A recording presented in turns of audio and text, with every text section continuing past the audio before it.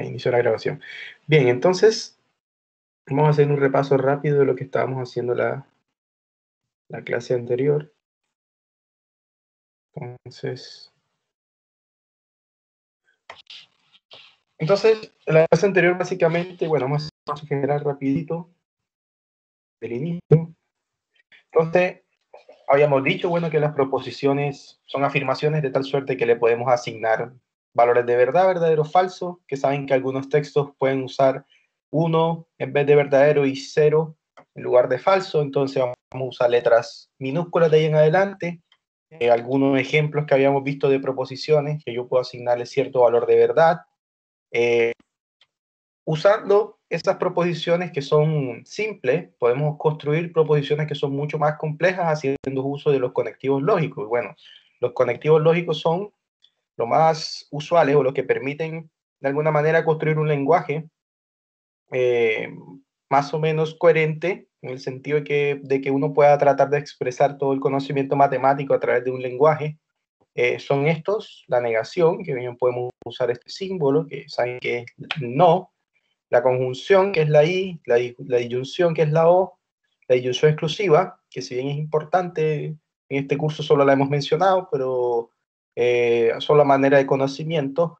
El condicional, que se lee como si, entonces ocurre tal cosa. El bicondicional, que sí, solo sí, que en el fondo es un condicional en doble sentido, ya en doble vía. Va de la izquierda a la derecha y la derecha a izquierda. Entonces, cada uno de esos conectivos tenía su tabla de verdad, ¿ya? Entonces habíamos visto qué efecto tiene la negación, que bueno, que si es verdadero le cambia el valor de verdad, lo convierte a falso y viceversa. Algunos ejemplos de una proposición y una negación, entonces lo que hace la negación es ponerle el no, entonces no es nada del otro mundo. La conjunción, que sabemos que se hace con la I, entonces habíamos asociado la I como un circuito en serie, ¿ya? Entonces sabíamos que si al menos una de ellas es falsa, entonces toda es falsa. Y la única condición para que sea verdadera es que todas sean verdaderas, ¿ya? Ese es en cuanto a la conjunción con la I. Y la disyunción, que sabemos que es con la O, habíamos hablado de que en este caso uno la puede asociar, para poder recordar de forma adecuada la tabla de verdad, uno la puede asociar con un circuito en paralelo, en donde es suficiente con que uno de los dos sea verdadero para que todo sea verdadero. Y la única condición para que sea falso es que todo sea falso. Ya la disyunción exclusiva, que sabemos que no pueden ocurrir los dos eventos, y bueno, también habíamos visto cómo funcionaba la tabla de verdad para ellos, ¿ya? Entonces, en este curso solo lo hemos mencionado a manera de comentario, que bueno, además de la O existe esta O exclusiva, pero no es tan relevante en la lógica, ya que se puede derivar de el O normal, ¿ya? En cuanto al condicional, que se traduce como si P, entonces Q, habíamos dicho que la única condición para que pueda ser falso, ¿cuál es la condición? La única condición que puede hacer que el condicional sea falso. Que verdadero implica si el antecedente es verdadero, si P es verdadero. Si el antecedente es verdadero y tiene que haber condiciones para antecedente y consecuente. ¿Cuáles son? El antecedente tiene que ser verdadero y el consecuente falso. Falso, ya, en ese caso será falso. En todos los demás casos, ¿qué ocurre? Es verdadero. Es verdadero siempre. Entonces aquí lo único que no puede ser es que algo verdadero se transforme en falso. Algo verdadero implique algo falso. Del resto todos van a ser verdaderos, ¿ya? Entonces de esta forma uno puede construir el condicional y también el bicondicional, porque el bicondicional es un condicional que va de P a Q y de Q a P. Entonces aquí, ¿cuál es la condición para que sean verdaderos aquí? Teniendo en cuenta que podemos usar el condicional para construirlo de forma similar. ¿Cuál era la condición aquí? Que ambos sean iguales. Que ambas tengan el mismo valor de verdad. Si tenemos eso, entonces son verdaderos. Y en todos los demás casos, entonces falso. Entonces, bueno, habíamos dicho eso. Que algunos ejemplos que, bueno, ya habíamos mencionado. Y bueno, las tablas de verdad, que ya hemos hablado de eso, ¿verdad? Entonces, lo que decía del I, que bueno, es verdadero solo si todos son verdaderos. Para el O, que basta con que uno de los dos sea verdadero para que sea verdadero todo, y en todos los demás casos, en el caso en que sea todo falso, va a ser falso. Y para el condicional, que pues una verdad no puede implicar una falsedad. Esa es la única condición para que sea falso. El resto son verdaderos. Y para el bicondicional, pues que tenga el mismo valor de verdad para que sea verdadera todo el bicondicional. Eso es como un resumen básico de lo que hemos hecho.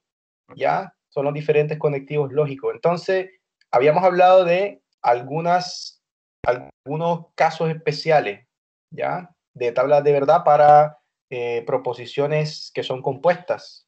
Entonces, habíamos dicho que era tautología si cuando yo hago la tabla de verdad para esa proposición compuesta, al final me resulta todo verdadero. Una columna llena de puro verdadero. ¿Ya? No sé quién me llama a esta hora. Voy a poner esto en modo avión. Ahora sí. Entonces, ¿por dónde iba? Me perdí antes de que me interrumpieran ahí. Estaba por aquí. Aquí estaba. Ahora sí. Bien, una contradicción, sí. Toda la columna, al final me queda F, ¿verdad? Y una contingencia si no ocurre ni una tautología o una contradicción. ¿Ya? Profe, ¿Sí? al Ajá. menos una contingencia podría ser que tenga al menos una falsa o una verdadera en toda la columna. Sí, puede ser. Puede ser que tenga todo falso, falso, falso y al final tenga verdadero. Eso sería Verdadero. contingencia, pero ni siquiera, no es ni tautología, pero tampoco es contradicción. ¿Estamos claros en eso? Sí. Ya, entonces avanzamos. Bien, entonces habíamos dado también algunos conceptos fundamentales, por ejemplo, el concepto de implicancia y de equivalencia lógica, que si ven son símbolos que son bien parecidos. Por ejemplo, este símbolo de implicancia lógica es bien similar al del en sí entonces, parecido, pero entonces uno lo debe interpretar como que si uno quiere mostrar esta implicancia, tiene que mostrar en el fondo de que P implica Q es una tautología, es decir, hacer la tabla de todo eso y al final convencerse de que al final da verdadero, verdadero, verdadero. ¿Ya? Eso es para implicación lógica, y para lógicamente equivalentes es similar, salvo que ahora en lugar de usar el sí entonces, debo mostrar que el P sí solo si Q es una tautología, es decir, que cuando arme la tabla de verdad para el P sí solo si Q me dé puro verdadero. Y bueno, habíamos hecho algunos ejercicios y algunos compañeros de ustedes habían hecho algo, entonces es simplemente seguir una estructura que siempre, nunca va a cambiar, solo que va a cambiar son las diferentes proposiciones que existan allí, ¿ya? Entonces, tener en cuenta eso de que, sí, Siempre va a ser Entonces, la tautología implicancia en lógica. la implicación, ¿no es cierto? ¿O no? ¿cómo? La implicación y equivalencia lógica siempre va a ser una tautología lo que tiene que darme en la tabla Es de lo que verdad. tengo que probar. Claro, tengo que probar que al final me da una tautología. Si no me da una tautología, entonces no son o lógicamente equivalentes o no son, no son implicaciones lógicas tampoco, ¿ya? Tiene que dar tautología sí o sí. Si tengo que probar, me piden probar que es lógicamente equivalente a una proposición P y Q, entonces tengo que mostrar que P entonces Q es una tautología. Me debe dar al final de la columna puro P. ¿Ya? Y similarmente, si quiero mostrar que P y Q son lógicamente equivalentes, que se escribe con este símbolo que es parecido, pero no es igual, ¿ya? Debo mostrar que P sí, solo sí, Q, cuando haga la tabla de verdad, allí a la última columna me debe quedar todo verdadero. Ya, entonces son los dos. Y bueno, habíamos dado también algunas propiedades de equivalencia, que la equivalencia en el palabras más, palabras menos, lo que quiere decir es que da lo mismo usar lo que está en la derecha que lo que está en la izquierda, ¿ya? Y eso va a simplificar un poco las cosas en el sentido de que yo puedo, en lugar de usar, por ejemplo, no P, solo uso P, y eso no me va a cambiar el valor de verdad, ¿ya? Y, por ejemplo, aquí que P y Q, entonces va a ser lo mismo que Q y P, y eso no va a cambiar el valor de verdad, porque yo puedo hacer la tabla de ambos y al final todo me va a dar verdadero, verdadero, verdadero. Y con todas las que están aquí que son equivalencia va a ocurrir lo mismo. Ya, y bueno, son unas propiedades que mencionamos, que es de importancia conocerlas. ¿ya?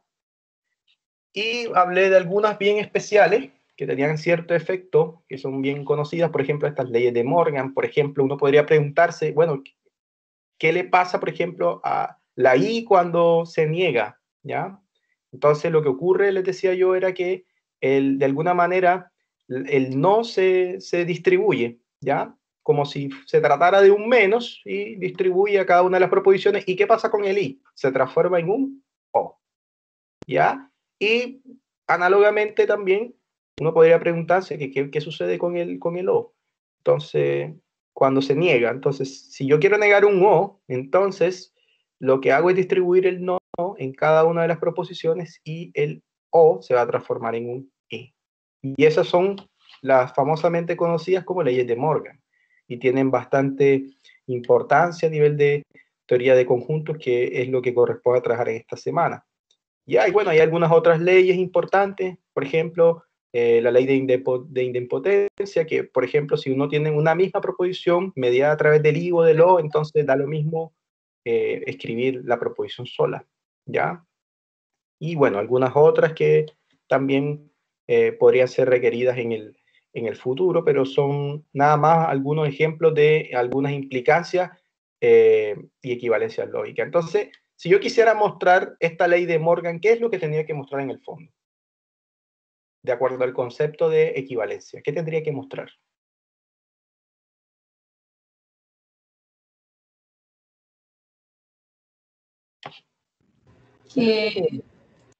Sí, dime. Vamos a hacerlo rápido porque si no se nos va el tiempo y nos vamos a quedar todavía en la clase pasada y no es la idea. ¿Ya? ¿Qué tenemos que hacer? Recuerden lo que les decía, si por ejemplo la clase pasada vimos algunos conceptos y usted viene de nuevo en blanco, para mí no tiene chiste, porque entonces es como si lo que yo dijera quedara en el aire. Ya, entonces es importante revisar esta definición. ¿Profe? Toda esta que está acá es una proposición y toda esta que está es otra proposición. Aquí dice que esta proposición es lógicamente equivalente a esta. Entonces, si yo quiero mostrar eso, ¿qué debo mostrar en el fondo? Por definición de lógicamente equivalente. De que da lo mismo de que si se toma un lado o el otro, siempre va a dar igual. Pero eso es en palabras, eso es en lenguaje castizo, eso es en lenguaje burdo. Pero en matemáticamente, ¿qué tendremos que hacer para demostrarlo? Mostrar que es una tautología, ¿o no? Sí, pero... Que la bicondicional de esas dos Que proposiciones. la bicondicional, muy bien, que la bicondicional de eso. Cambio este símbolo lógicamente equivalente por un bicondicional y debo hacer la tabla de verdad y convencerme de que esto al final me va a dar puro verdadero. Eso. Esa es la definición. Esa es la definición. Sí, dime. Es que lo que pasa es que yo el viernes pasado no pude asistir a la clase de matemática y quise ponerme al día el fin de semana, pero no encontré los videos, las grabaciones de las clases en ninguna parte. Ya, lo que sucede es que cuando alguien escribe en el chat, los videos se van yendo cada vez más atrás. Entonces lo que tienes que hacer es buscar en el chat los videos. Por eso no es tan conveniente Es que sí los busqué, pero no estaban. No sé si a alguien más le pasa lo mismo, pero pinchaba como los videos y no los podía abrir. O sea, no estaban. Igual me pasa lo mismo, que no puedo abrir los videos. O lo abro y se me quedan pegados. Como que no es compatible el archivo. O al menos el video de la clase pasada no estaba, profe. Podría elevar esa consulta a la dirección de tecnología, pero es muy extraño porque si me sale a mí, le deberían salir a ustedes también. Es extraño, pero igual voy a revisar eso. Lo que pasa es que si estás en un computador tienes que descargarlo, no lo puedes reproducir así como así. Bueno, ahí está eso. La otra que pueden hacer es descargarse al descargarlo y luego verlo, igual tiene problema el video. Tienen que descargarse, tienen que instalar Microsoft Stream. Tienen que instalar Microsoft Stream. Es una aplicación adicional de Teams, ¿ya? Tienen que descargarlo para que puedan visualizarlo, yo creo. Okay.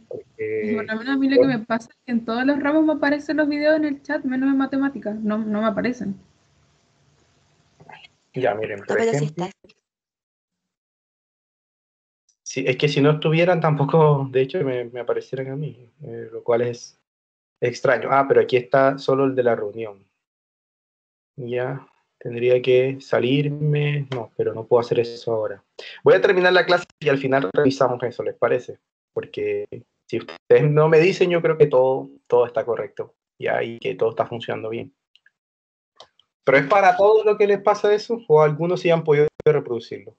Por lo menos a mí sí. He podido ver las sin clases. descargar nada. Las clases grabadas. Ya, entonces es extraño. Entonces sí, entonces yo creo que puede ser un tema de navegador también, porque si algunos pueden y otros no, lo ideal sería que todos pudieran. Puede ser un tema de navegador, puede ser un tema de sistema operativo, o puede ser que necesiten descargar e instalar el Microsoft Stream para que puedan reproducirlo. Sí. Sí, dime. Yo tengo una duda sobre la ley de Morgan. Ya, dime.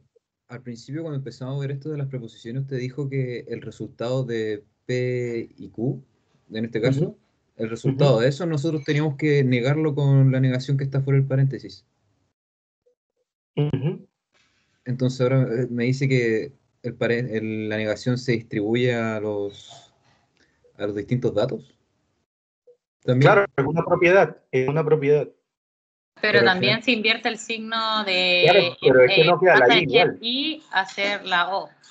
Claro, no queda igual. No es como solo una distribución, es también que cambia. Ese es como la gracia de la ley. Sí, que no, claro, que no conserva la operación. ¿Profe? Gracias, profe. Sí. Y las implicancias y equivalencias lógicas había dicho que solamente se aplicaban si se demostraba antes que era una tautología. No, si se pide demostrarlo, hay que hacerlo. Hay que demostrar de que esto sí, solo sí, esto es una tautología. A eso me refiero. O sea, estas leyes ya se cumplen. Pero si, por ejemplo, en un certamen a mí me piden demostrarla, yo tendría que hacer como hicimos la clase pasada, por ejemplo. La tabla de verdad. Claro, tendría que hacer toda esta cosa. Ver que las dos son verdaderas, claro, y ahí se implica. Claro, mira, si a mí me piden mostrar que esto es lógicamente equivalente a esto, entonces yo arranco demostración, tengo que demostrar que esto es sí y solo sí, esto es una tautología. Y bueno, ¿y cómo lo demuestro? Haciendo la tabla. Y al final debería convencerme de que la última columna da puro verdadero. ¿Y qué estoy demostrando con que la última columna me dé verdadero? Bueno, que es una tautología. ¿Ya? Eso. Ah, y ahí ya, pero no es dependiente de las implicancias. ¿Cómo? ¿No es dependiente de la? No te entiendo. Que mi pregunta es que, por ejemplo, si ya demuestro que es una tautología, eso no es dependiente de la implicancia y equivalencias lógicas. Eso es lo que estamos demostrando. Esto, en el fondo. O sea, probar esto es hacer todo esto, exhibirlo de esta forma. O sea, es que ahí te preguntan, por ejemplo, si eso es una implicancia y una equivalencia lógica. Claro, entonces, son cosas diferentes. Demostrar que eso es una implicancia. Claro, uno podría confundirse y pensar que son iguales, pero la diferencia está en el símbolo. ¿Ya? Este símbolo no es sí, solo sí, este símbolo es equivalencia lógica. Mientras que este es el sí, solo sí. Para este sí puedo hacer una tabla de verdad, para este no hay una tabla de verdad, porque es un concepto. ¿Ya? Es un concepto nada más. Es como si cuando usted le preguntan, por ejemplo, menos 2, ¿a qué es igual, por ejemplo? A menos 4. Menos 2. O sea, menos paréntesis, menos 2. Y uno sabe que es 2, entonces aquí es similar. O sea, es que en el fondo esto es como si fuera una igualdad, en el fondo. Este símbolo de lógicamente equivalente es en el fondo como si fuera una igualdad, como si esta proposición de aquí fuera igual a esta, en el sentido de que cuando yo haga la tabla de verdad de esta o de esta, me dan iguales. ¿Ya? Eso en el fondo, lo que quiere decir.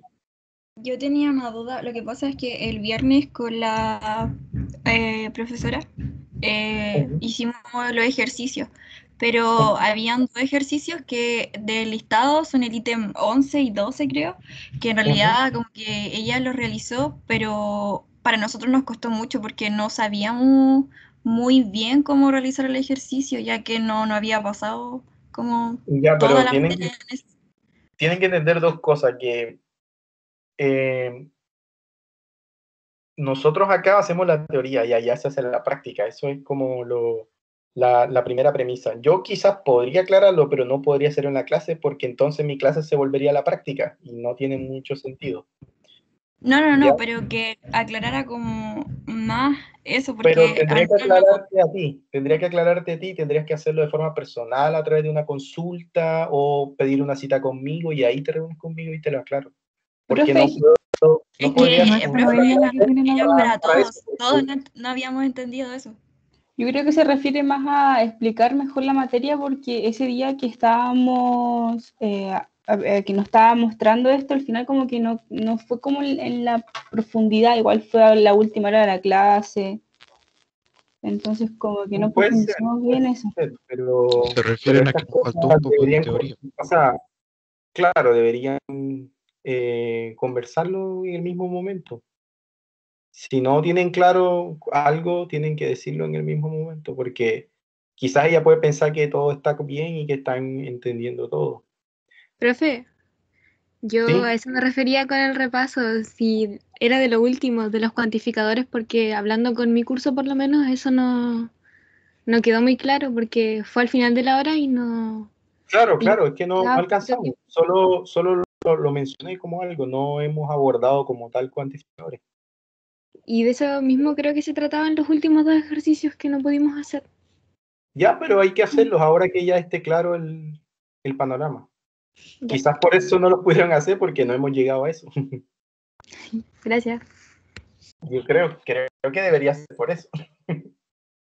No porque sea difícil. Es que si, por ejemplo, uno se enfrenta a un problema sobre el cual no tiene uno la teoría clara, es muy difícil.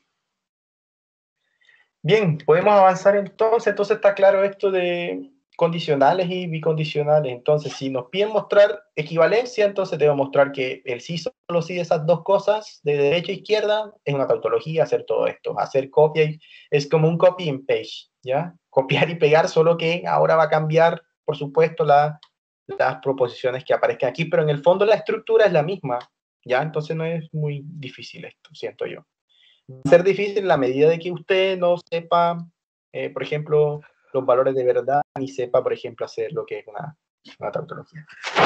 Ya, entonces, volvamos entonces a lo que estábamos haciendo en la clase pasada. Entonces, la clase pasada hablábamos en principio de una función proposicional, que ya es una proposición, bueno, no es una proposición, sino que digamos que es un enunciado en el cual se muestra alguna propiedad, pero aparece la variable x. ¿Ya? Entonces, como tal, de forma general, las funciones proposicionales no son una proposición. Ya van a ser proposición en la medida que yo les pueda asignar un valor de verdad. O sea, para algunos valores de x van a ser proposiciones. Entonces, por ejemplo, si tengo esta proposición que tengo acá, p de x igual a x más 2 igual a 5, eso no me dice nada. Yo no puedo saber si es falso o verdadero. Va a depender de los valores que tenga x. ¿Ya? En la medida que yo vaya cambiando el x aquí en la P, también va a cambiar el x aquí en la afirmación. Por ejemplo, si cambio el x por 2, ¿cómo quedaría el enunciado de esta función proposicional? 2 más 2 es igual a 5. ¿Y eso es verdadero o es falso? Falso. Falso, porque 2 más 2 es 4 y no 5. ¿Ya? O 2 más 2 es diferente a 5. ¿Ya? Entonces, cuando yo le doy valores a la función proposicional, ella se transforma en una proposición. Mientras que yo no le dé valores, no va a ser una proposición. ¿Es claro? Entonces, las funciones proposicionales no son una proposición de forma general. Pero si le damos valores a x, bueno, ahí sí vamos a obtener proposiciones. ¿Ya? Por ejemplo, entonces, P de 2, que es el ejemplo que mostraba, 2 más 2 igual a 5, es una proposición y es falsa porque 2 más 2 es diferente a 5. Ya, entonces, además de eso, hablábamos sobre conjunto de validez. Entonces, ¿qué es el conjunto de validez para una función proposicional? ¿Qué elementos necesito? Necesito una función proposicional, necesito un conjunto universo o un conjunto de referencia en el cual voy a trabajar esa función proposicional y el conjunto de validez van a ser los valores que hacen que la función proposicional se transforme en una proposición verdadera, ¿ya? Entonces, por ejemplo, Si mi universo son todos los naturales, es decir, del 1 en adelante, 1, 2, 3, 4, y la función proposicional es P de X es mayor que 5, entonces yo voy a escribir B sub P como el conjunto de validez para la proposición P, y entonces allí entrarían todos los elementos que hacen posible que esta función proposicional sea una proposición que sea verdadera. ¿Cuáles serían los elementos naturales que son mayores que 5? 6, 7, 8. Muy bien, son esos, 6, 7 y 8. Naturales, porque este es mi conjunto universo, ¿ok? Ahora si voy con Q. Q, X es menor o igual que 2. ¿Cuáles son los números naturales que son menores o iguales a 2? 1 y 2. 1 y 2. Ya, entonces aquí está. Entonces el conjunto de validez son solamente 1 y 2. ¿Ya? Y ahora sí, vamos a calcular el conjunto de validez para la función proposicional R de X que aparece ahí. R de X es par. Entonces, ¿quiénes entran allí? 2, 4, 6, 8, 10. Muy bien, etcétera. Entonces aquí está, y en general tiene la forma 2K, donde K es un natural cualquiera, ¿ya? Todo que son múltiplos de 2, entrarán allí. Entonces, aquí tenemos un conjunto infinito, aquí tenemos un conjunto finito, y aquí tenemos un conjunto infinito de nuevo. Ya, entonces eso es lo que había dicho, pero esto sí lo alcancé me parece que lo alcancé a explicar bien. Ahora, Sí, ¿qué es lo peor que puede pasar aquí? ¿Qué es lo peor que puede pasar aquí? Bueno, que nos cambie el conjunto universo. Si nos cambia el conjunto universo, entonces, por ejemplo, los conjuntos de validez van a cambiar, ¿ya? Si cambio, por ejemplo, el conjunto universo con los enteros, entonces, ¿cuál sería, por ejemplo, el conjunto de valores de validez para P? Se mantiene igual. Se mantiene igual porque, bueno, son los mismos enteros, ya, pero si ahora, por ejemplo, me refiero a la proposición Q y quiero calcular su conjunto de validez, pero ahora mi conjunto universo son los enteros. Va a ir hacia los enteros negativos, hacia el infinito. El infinito negativo. Por eso, ¿quiénes entrarían? Díganme nombres propios. Menos 3, menos 2, menos 1. Bueno, entrarían el 2, por supuesto, el 1 también. ¿Quién más? ¿Qué más? El 0, el menos 0, muy bien, ¿qué más? El menos 1, el menos 2, el menos 3, hasta el menos infinito, ¿ya? Entonces, por eso que queda de esa forma. Algunos me decían que si podrían escribir derechamente infinito, y la respuesta es que no, porque son conjuntos solo de puntos. Ya uno entiende que es un infinito, pero es una clase de infinito totalmente diferente. Hay diferentes clases de infinito, y eso, bueno, lo voy a mostrar más adelante, ya para que quede claro por qué no puedo escribir infinito aquí. Bien, ahora, y si por ejemplo hablara de el conjunto de validez para la proposición R, ¿quiénes entrarían allí? También los negativos pares. Entrarían además de 2, 4, 6 y 8 también los respectivos negativos. Entonces por eso escribo más o menos, porque o bien con el más o bien con el menos también entran todos allí. Entonces, si ven, en la medida que voy cambiando el conjunto de validez, el conjunto universo, por supuesto que el conjunto de validez va a cambiar. Ahora sí, el conjunto universo son todos los reales, que ya saben que no es un conjunto que tenga saltos, no es un conjunto de puntos, sino que son toda la línea recta, sin saltos, es un conjunto que, entre comillas, es continuo, no tiene saltos. Toda la recta está llena totalmente de números. Entre número y número hay infinitos números reales. Entonces, ¿cuál sería el conjunto de validez para la proposición P, que dice todos los mayores que 5? Cualquier número sobre 5, o sea, puede ser 5,0000. Pero eso es como lo escribo, en forma de 5 excluido y lo infinito. 5 abierto hasta el infinito. Entonces lo escribo así, y esto es intervalos, son cosas que yo asumo que deben haber trabajado en la escuela. Intervalos abiertos, intervalos cerrados, intervalos infinitos, son cosas que generalmente uno trabaja en la escuela. Subconjunto de los reales. Generalmente uno los ve en el último año, ¿ya? Bueno, y si no los han visto, tienen que buscar y leer cómo se interpreta.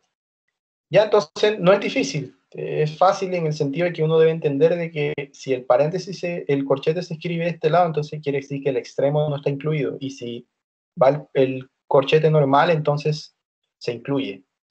Ya esa es como la ventaja, o como una manera de identificarlo. Bueno, y si vamos con el conjunto de validez para Q, pues serían cerrado en 2, porque dice que pueden ser menores o iguales, entonces por eso escribo paréntesis, normal, porque ahí sí puedo incluir el 2 hasta el menos infinito, ¿ya? Ahí sí puedo escribir derechamente el infinito, porque aquí entraría, por ejemplo, 1.9, 1.8, 0,5, mientras que en estos conjuntos que están acá no entrarían, porque solamente eran conjuntos de puntos, pero aquí la cosa es mucho más continua. Y el último, que podría ser el más complejo, para esbozar todos los que son pares en los reales, entonces simplemente escribo los x que pertenecen a los reales, tales que x tiene la forma 2 veces algún número real. ¿Ya? Entonces, pero generalmente en estos cursos que son básicos, en realidad siempre trabajamos o en n o en z, es como lo usual. Ya en r muy rara vez vamos a trabajar. Ya, y bueno, ¿y por qué trabajamos con z? Bueno, porque si hablamos, por ejemplo, de balance de ecuaciones, oxidorreducción, los exponentes que ahí aparecen son enteros. Entonces, las operaciones, digamos que en algunos balanceos de ecuaciones pueden solamente requerir conocimiento básico de enteros. En realidad lo que se hacen ahí es, para lograr equilibrar las ecuaciones ahí de oxidorreducción en el fondo, usamos solo operaciones de enteros, quizás no requerimos más que eso. ¿Ya? Y quizá en algún otro caso, cuando pues las modalidades allí nos den valores diferentes a los enteros, quizás podamos usar decimales, tal vez. ¿Ya? Puede ser, pero en realidad, bueno, y también en algunos aspectos, por ejemplo, en el sentido de las cargas de los electrones también, ¿ya?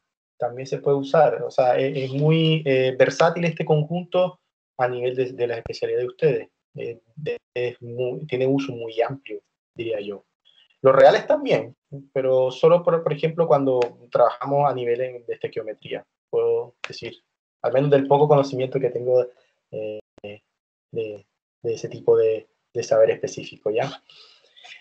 Bueno, bien, entonces ahora sí, vayamos a lo que realmente no quedó muy claro, porque bueno, lo dije solo a forma de comentario. Entonces hablaba de dos tipos de cuantificadores. Les decía que los matemáticos se dieron cuenta que no era suficiente para poder expresar toda la matemática, o al menos las cosas más básicas en matemática, no era suficiente solamente con proposiciones y, por ejemplo, el no, el entonces, el sí, solo sí, y todos esos que hemos mencionado no eran suficientes, que se necesitaba quizá de algo más.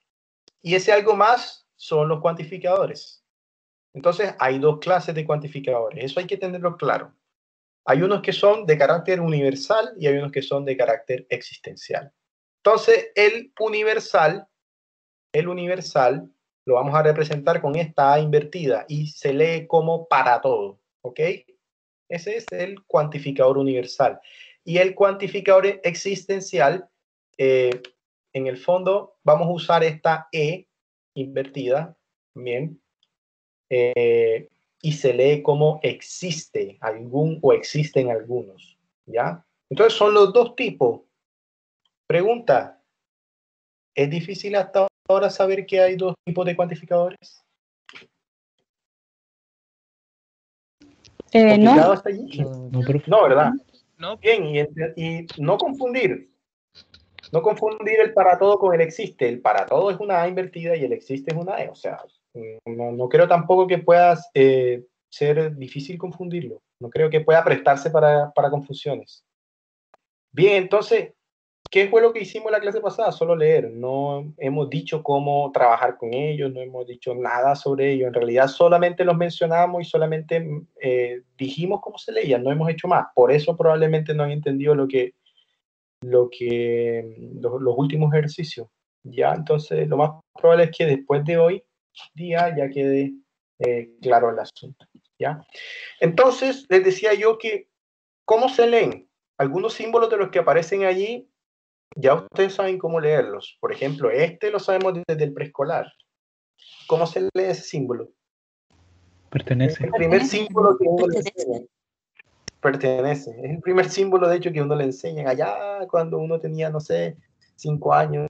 Es el primero que uno aprende. Ya de manera inconsciente se lo enseñan y bueno, le dicen se dibuja de esta forma y ahí uno lo aprende intuitivamente. Ya entonces, lo nuevo aquí son los cuantificadores. Este, por ejemplo, ¿cómo se lee? Para todo. Para todo. Muy bien. ¿Y este cómo se lee? Para todo X. Muy bien. ¿Y este? Para existe un N. Existe, muy bien. Listo. Entonces, ahora vamos a leerlo. A ver, de derecha a izquierda. De izquierda a derecha. Entonces, primero empecemos. ¿Qué dice? Para todo I pertenece a los Todos reales. juntos. Voy a contar hasta 3 y todos quiero leer, que escucharlos leyendo juntos. 1, 2 y 3. ¿Qué dice? Para todo I perteneciente a los reales. Para todo X perteneciente a los reales. Existen N perteneciente a los naturales. Tal que X se leen como tal que. Y es mayor o igual que N por I. Muy bien, eso. Bien, es como una clase de inglés en el fondo, solo que ahora ya usted sabe cómo se lee cada símbolo. Es bien similar a una clase de ruso, una clase de alemán, es similar, lo único que hay que saber es cómo se lee cada símbolo. Ahora vamos con el de abajo, de nuevo. Para todo P perteneciente a los números enteros, existe X e Y perteneciente a los enteros, y existen N y M pertenecientes a los naturales, tal que P es igual a X por M más Y por X. Listo, muy bien. ¿Difícil o fácil? Profesor, tengo una duda. ¿Cómo se lee la separación por paréntesis o solamente se salta? Se salta. Ok. Se lee uno, luego se lee otro, luego se lee otro. Ajá. Profe, ¿y se lee para todo y hay que pertenece o cómo se lee, o pertenece nomás? Se leería para todo y que pertenece a los reales. O perteneciente. O para todo y yo siento que lo mejor es para todo y que pertenece. Ya. Porque si lo digo pertenece, entonces estoy hablando, es como si estuviera en el fondo tratando diciéndolo de forma incorrecta. Porque no hay otra forma. Si digo y pertenece, entonces en el fondo no estoy diciéndolo correctamente. ¿Ya? Si estuviera solo, ok. Pero lo correcto es decirlo para todo I que pertenece a los reales, para todo X que pertenece a los reales, existe un N que pertenece a los naturales, tal que X es mayor o igual que N por Y. Para todo P que pertenece a los enteros, existen X. Tengo que tener sentido común. Si tengo dos elementos, no puedo decir existe, porque tengo dos elementos. Existen X e Y que pertenecen a los enteros. Luego existen N y M que pertenecen a los naturales, tales que P es igual a X por M más Y por M. ¿Estamos? Sí, profe. Sí, profe. Ya, entonces el plural y el singular es propio de nuestra lengua española, no es algo que porque sería raro, que cuando hablo de muchas personas, pero no hago uso del plural y singular, entonces como si yo fuera, no sé, un extranjero que no hablara, no un hispanohablante que tratara de hablar español, y se han dado cuenta que cuando uno interactúa con esas personas que recién están trabajando con nuestra lengua, se encuentran con muchos problemas en el sentido de los plurales, de los singulares, y también, por ejemplo, a nivel de pronunciación. Entonces aquí es bien igual. Quizá al principio nos va a costar un poco, pero ya después, en la medida que... Entonces ya con estos símbolos, usted puede interpretar cualquier texto que tenga todos los símbolos, porque va a poder leer al menos lo que quiere decir. Bueno, hasta ahora solo hemos aprendido el símbolo, cómo se lee. Eso es lo único que hemos aprendido. Todavía no le hemos dado tratamiento. Ahora, ¿qué es lo que viene? El tratamiento. ¿Ya? Y eso es lo que es un poco más elaborado. Entonces, vamos ahora a lo que corresponde con el tratamiento. Entonces, ¿cómo lo vamos a tratar? ¿O qué tratamiento le vamos a dar a ese tipo de elementos que son cuantificadores? Entonces, primero veamos algunos ejemplos.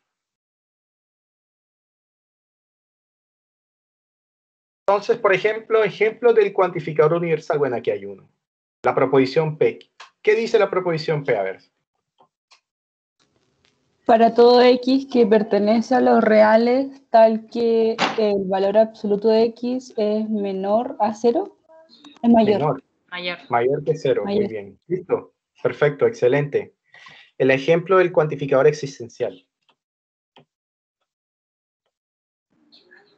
Existen X que pertenecen a los naturales tal que X es mayor que 0. Muy bien. Excelente. Bien. Hay un tipo especial de cuantificador existencial que además de uno escribir el existe, se le pone un signo de admiración. Y ese signo de admiración significa único. Entonces ahora esto se va a leer de la siguiente manera. Existe un único X que pertenece a tal que se cumple la propiedad P. ¿Ya? Entonces, ¿cómo se leería este ejemplo?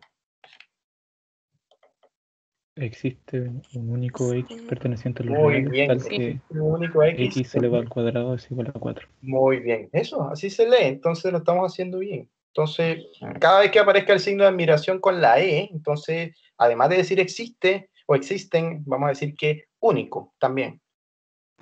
Entonces, esa función proposicional estaría bien porque hay dos valores que nos pueden dar 4. claro, ¿cuáles son? Menos 2 y 2. Por eso Muy bien. existiría un único X o está mal planteado. Recuerden que aquí va a depender del X. Va a depender del X. Y eso es lo que vamos a ver ahora, cómo saber los diferentes valores de verdad para eso. Eso es lo interesante ahora, para saber valores de verdad. ¿Qué pasa si yo quiero negar, por ejemplo, un cuantificador universal? ¿Qué pasa si yo quiero negar un cuantificador existencial? ¿Qué pasa si yo quiero negar, por ejemplo, un cuantificador con unicidad? ¿Cómo hago? Eso es lo que viene ahora, ¿ya? Por ahora solo hemos visto los símbolos. Entonces hay 3 tipos de cuantificadores. Para todo existe y el existe único. ¿Estamos claros hasta allí? ¿Hasta allí todo claro? ¿Profe? Sí, profesor. Ajá. Yo no entendí por qué se refiere a único X y como decía la Connie, pueden ser 2 valores de X. Sí, pero eso puede ser falso o verdadero. No sabemos todavía. Ah, ya. Es solo una afirmación. Es solo una afirmación que puede ser falsa o puede ser verdadera. Y en ese caso ahí sería ¿cómo? Sería falsa. Sería falsa. Muy bien, falsa. Esta de aquí. Existe un X en los naturales tal que es mayor que 0. ¿Verdadero o falso? Verdadero. Verdadero. El 1 es mayor que 0 y es natural. El 2 es mayor que 0. Aquí dice existe o existen. Pueden ser más de uno. ¿Ya? Mientras que acá puede ser para todo. Puede ser para todo. No. Para todo lo de arriba. Pero es que dice, por ejemplo, para todo X perteneciente a los naturales.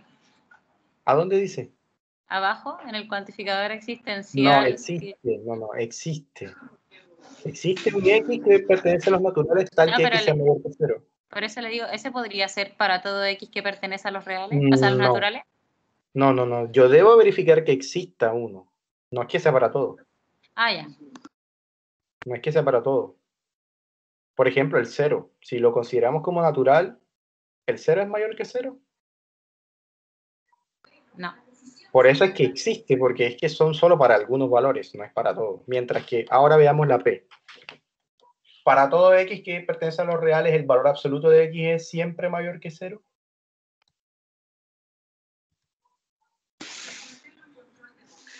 Creo que puede ser falso si es que el valor de X es 0. A ver, valor absoluto de 0. 0 que no es mayor que 0. Perfecto. Entonces es falso. ¿Ya? Para que fuera verdadero tendría que ser valor absoluto de X mayor o igual que 0. Ahí esa proposición sí sería verdadera. ¿Ya? Y se cumpliría para todos los valores de los reales, porque si yo cojo cualquier número negativo, positivo o incluso 0, siempre es mayor o igual a 0, el valor absoluto. Ya, entonces esa es la idea. Los cuantificadores universales para todo quiere decir que se cumple para todo valor. Si hay un solo valor que no se cumple, entonces es falso. Los cuantificadores existenciales solo se cumplen para algunos valores. No se puede cumplir para todos, porque se supone que existen algún o algunos. Solo algunos valores son excepciones. Y acá es mucho más restrictivo el sentido de que existe un único. O sea, un solo valor, sí o sí. No puede haber más de uno. La cardinalidad no puede exceder más de uno. Por ejemplo, aquí valores que cumplan con esta condición hay 2, entonces esto es falso. Porque no hay unicidad. Si yo digo el 2 es muy diferente a menos 2, sin embargo ambos cumplen con esta condición, entonces pero aquí dice que tiene que ser único en los reales. Y no es cierto que exista un valor único. Si cambio aquí los reales por los reales positivos, ¿sería verdadero o sería falso? Sería verdadero. Sería verdadero, porque el 2... se eximiría el menos 2, claro, entonces claro, se eximiría no el menos 2. Claro, entonces sería verdadero. ¿Ya? Entonces hay que tener mucho cuidado y ver si las propiedades que están en el enunciado se verifican y ahí yo determino si es verdadero o es falso. Ya, esa es la lógica. Esa es la lógica, entender el sentido de lo que estamos viendo. Ver, si aquí dice para todo, entonces, bueno, toda propiedad tiene que verificarse para todo valor. Si no, si hay uno solo con que no se cumple, es falsa. Y aquí no debe verificarse para todo, solo para algunos valores. ¿Ya? Y aquí, para un solo valor. Si hay más de uno, listo, falso. O sea, profe, cuando se habla de que existe, no necesariamente, aunque pueda ser para todo, no importa, o sea, se tiene que verificar solo si existen valores para que se cumpla. Valores, pero no todos. Valores, pero no todos. Algunos. No necesariamente todos los naturales. Todos los naturales no son mayor que 0. El 0, si lo consideramos natural, no es mayor que 0. Entonces, hay un valor que no. ¿Ya? Y aquí, claramente, tendría uno que probar la propiedad para todos los reales. Para cada uno. Menos 1, menos 2, todos, 0.5, menos 0,5. Ya. ¿Está clara la idea o no? Sí, ahora sí. Bien. Entonces, bueno, ahora, ¿qué cosas uno puede hacer? Yo creo que ya estoy fuera de tiempo, pero ya para terminar, ¿qué es lo que nos interesaba hablar el día? Sí, dime. Tengo una duda, es que en la guía, en una dice, un conector dice un pero. ¿Ese pero vendría siendo una disyunción exclusiva? ¿A dónde dice? En la guía que dio el listado 1. En la F dice... la señal es débil, pero es constante, una cosa así. Sí, ese pero, ese conector, ¿corresponde a una disyunción exclusiva? A ver, pero podría interpretarse como... Puede ser un... Para eso yo creo que es una conjunción, porque es débil y es constante. Sí, pues ahí tenía esa duda. Podría ser, pero habría que revisar todo el enunciado. Por eso les digo que lo que no quiero es que la clase la tomemos para hacer ejercicio, porque la clase no es para eso. Si tienen alguna duda de algún listado en específico que no puedan hacer en la práctica, me la consultan o me piden un horario de atención y yo con mucho gusto, porque es que si nos pasamos en la clase haciendo la práctica, entonces la clase no hacemos ni una cosa ni otra. No, es que me voy a pasar aclarando dudas y no voy a poder avanzar y va a llegar al certamen y no vamos a llegar a los contenidos. Y ustedes saben que los certámenes no podemos cambiar la fecha. O sea, deben entender la dinámica. O sea, aquí se maneja la teoría, quizás yo pueda hacer uno que otro ejercicio, pero allá tienen que hacer la práctica. Si tienen alguna duda de respecto a algún ejercicio que no saben, tienen que canalizarla, bien sea por correo, pero la clase no, porque son solo 3 horas. Y si, por ejemplo, ya hoy no pude hablar de conjuntos, me la pasé solo hablando de lo que era la clase pasada. Y de hecho no he terminado, ahora tendría que emplear la otra clase para seguir hablando de esto. ¿Me explico? Y ahí nos estamos atrasando considerablemente. ¿Y el viernes feriado no tenemos clase? Bueno, peor aún todavía. Entonces, si ven a lo que me refiero, para mí es algo preocupante, en el sentido de que debemos entender un poco la dinámica del asunto. Las 3 horas que tenemos son solo para temas teóricos. Yo puedo hacer un ejercicio y quizá aclarar una otra cosa, pero el ejercicio es deber del alumno. Y tienen que hacerlo en la práctica. Y si en el peor de los casos en la práctica no lo entienden o no lo pueden hacer, allí entonces usted me consulta. Yo puedo ofrecerle un camino. No, tampoco se lo voy a hacer, pero sí puedo dar la idea de cómo hacerlo. ¿Ya? Porque hay un trabajo que es del estudiante y que no puede hacer ni el ayudante, ni tampoco puedo hacer yo. ¿Ya? Entonces, es importante que puedan... Yo tengo toda la disposición, en realidad tengo todo, me pueden escribir a cualquier hora, ustedes, algunos me han escrito a las 2 de la mañana y a esa hora les he respondido, entonces háganlo sin pena. Yo no tengo ningún drama en responderla. Lo importante es que tratemos de avanzar lo más que podamos acá en la teoría, porque si no avanzamos en la teoría, de nuevo pasa lo que pasó la vez pasada, que no alcanzamos a hablar sobre esto, y claro, si llegan a la práctica y yo no he hablado de estas cosas, entonces obviamente no van a estar en la misma sintonía. Bueno, ¿qué me hace falta de hablar aquí? Ya la siguiente clase, ya para finalizar, me hace falta hablar cómo negamos cada una de ellas. ¿Ya? ¿Cómo negamos? Entonces, la siguiente clase voy a hablar de cómo negamos. De cómo si te dan una proposición con un cuantificador, cómo negarla.